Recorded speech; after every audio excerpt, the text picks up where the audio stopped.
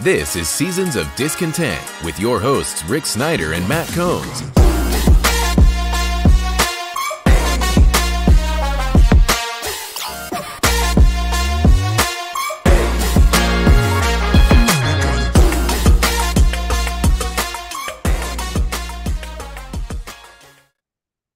Welcome to Seasons of Discontent, Season 9, Episode 5, brought to you by Rick Snyder's Washington on YouTube. And I'm Rick Snyder. I'm Matt. And we're back discussing all things Washington life and sports as part of the mighty Rick Snyder Washington Empire.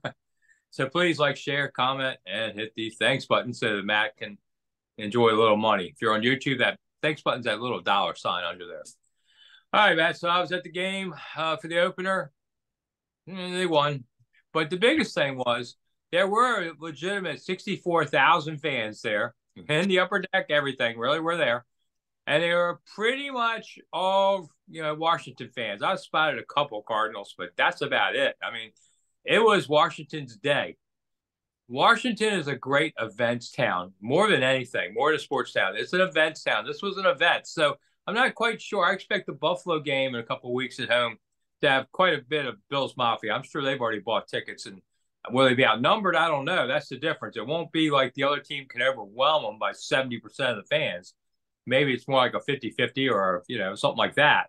But Washington did come back, and people were happy. They hadn't been in years. I met one couple in the parking lot that they fly up from Houston every home game. Wasn't everybody Steve? Somebody else. And I thought, you fly from Houston to here?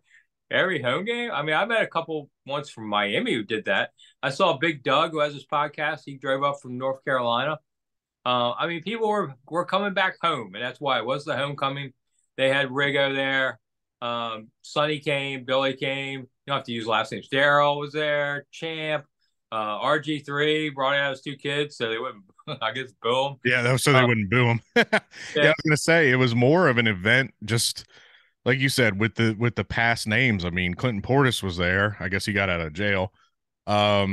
Mark Mosley was there again. I mean, we're seeing all these guys come home, I mean, did you ever think during the tenure of Dan Snyder that John Riggins would ever step foot in that stadium again? I mean, Rigo was insistent that he would never, ever step foot in that place as long as Dan owned the team. I'll tell you a story about Rigo and Dan. I probably haven't told this one. We're in Carlisle, so this would have been like Schottenheimer's time, around 2001. And Rigo comes to the Carlisle field, and the guard won't let him pass the field because he doesn't know who he is and he doesn't have a credential. So Rigo says, fine, he sat in the stands. Well, we soon spotted Rigo in the stands. Yeah, he's pretty recognizable. It's the Dan's people. So then Dan Snyder got Rigo to come over to the other side where he was sitting, and Rigo did. I get a call from my manager and editor. My photographer has this picture of him in the stands. My manager and editor says, hey, Dan Snyder screwing Rigo. You got to write this. We're going to put it on A1. I said, well, hold on. Let me explain the whole thing. Manager and editor doesn't buy it.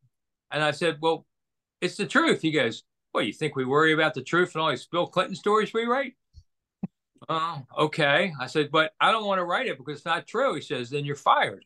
I said, all right, it'll be in 10 minutes. But I wrote it my way. Right. And so the two did have moments together way back. Now, this is 20 years ago. But Rigo has always been kind of a prickly guy, and I know he didn't have time for somebody like Dan Snyder. Yeah. That's the absolute guy he's not going to hang with. So it was great to see Rigo back in the fold. Will he do stuff regularly? I have no idea. I haven't heard of anything.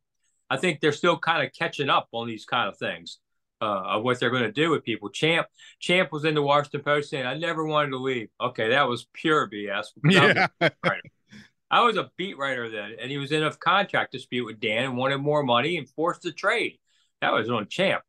So, but everybody is the hero and victim of their own stories. Yeah. It's just guys like me are still around to remember the truth. But we'll be gone soon, and then they can tell their own story again any way they want. Well, and obviously the Redskins legends were there. There was a lot of celebrities in town for this game. I saw Ovi and Kuznetsov, Joel Embiid, Kevin Durant. Like, that owner suite got pretty packed with people that wanted to be there.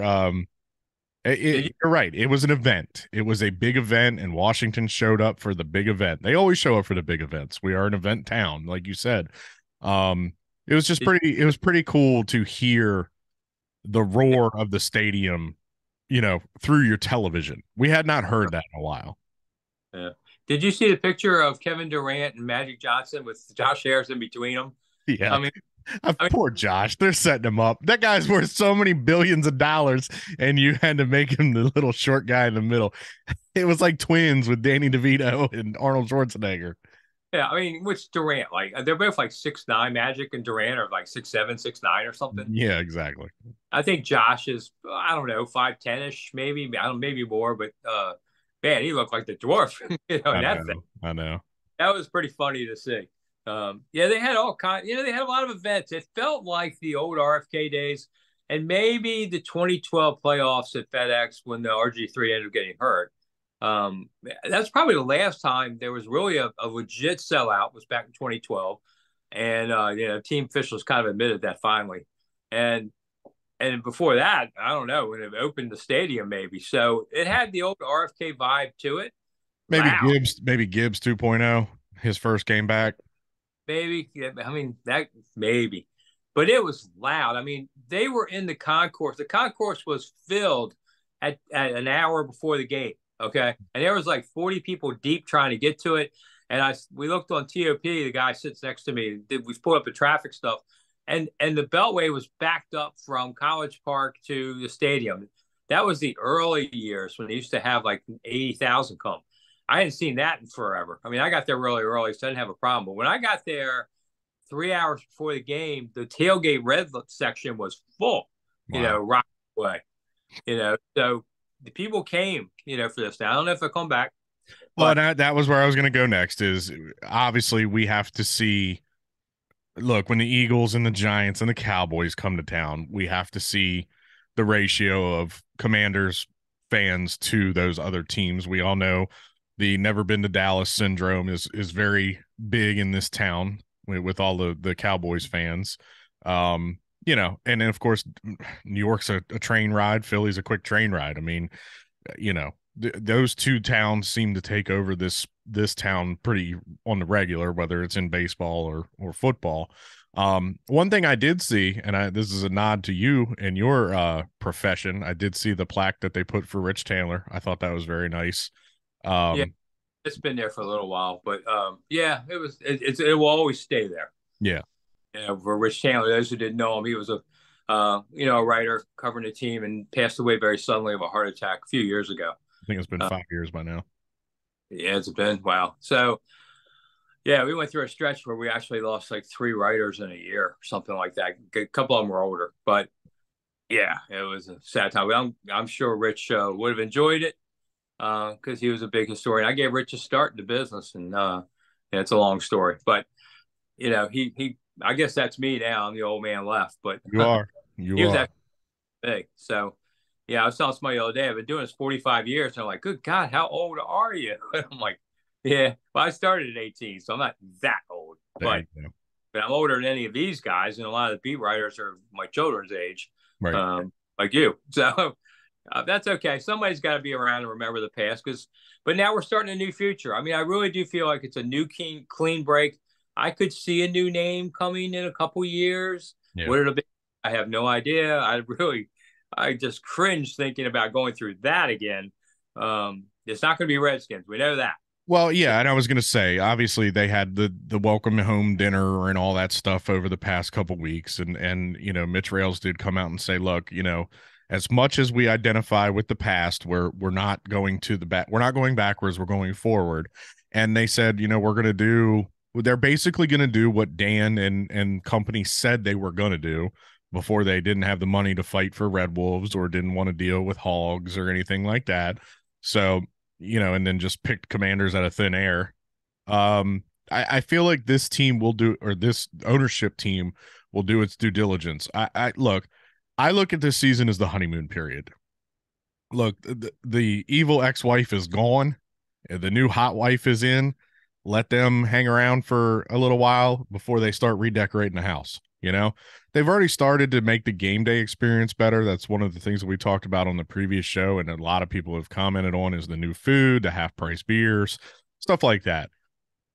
But I feel like this year is kind of like, let's get the sour taste of Dan out of our mouths and then see what happens. If they win 10 games, great. If they win 4 games, not that big of a deal. It's an evaluation year. I feel like there's going to be all the top down changes start next season.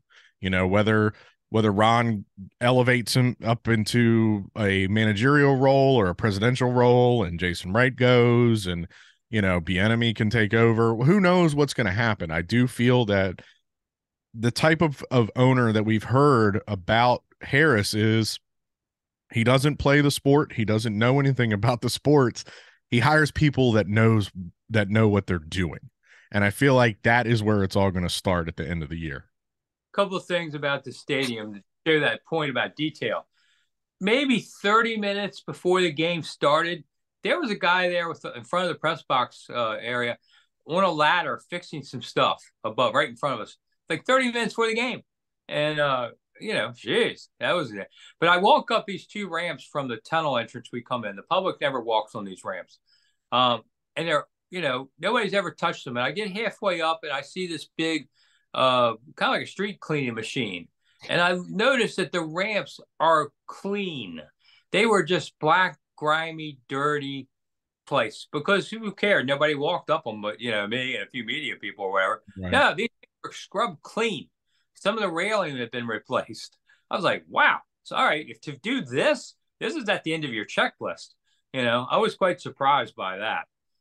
One other thing, I can break some news here, because I haven't talked about this yet. But I confirmed yesterday they had the welcome home luncheon for so long. It was the first one in the NFL, and then it got stopped because of COVID and all that stuff.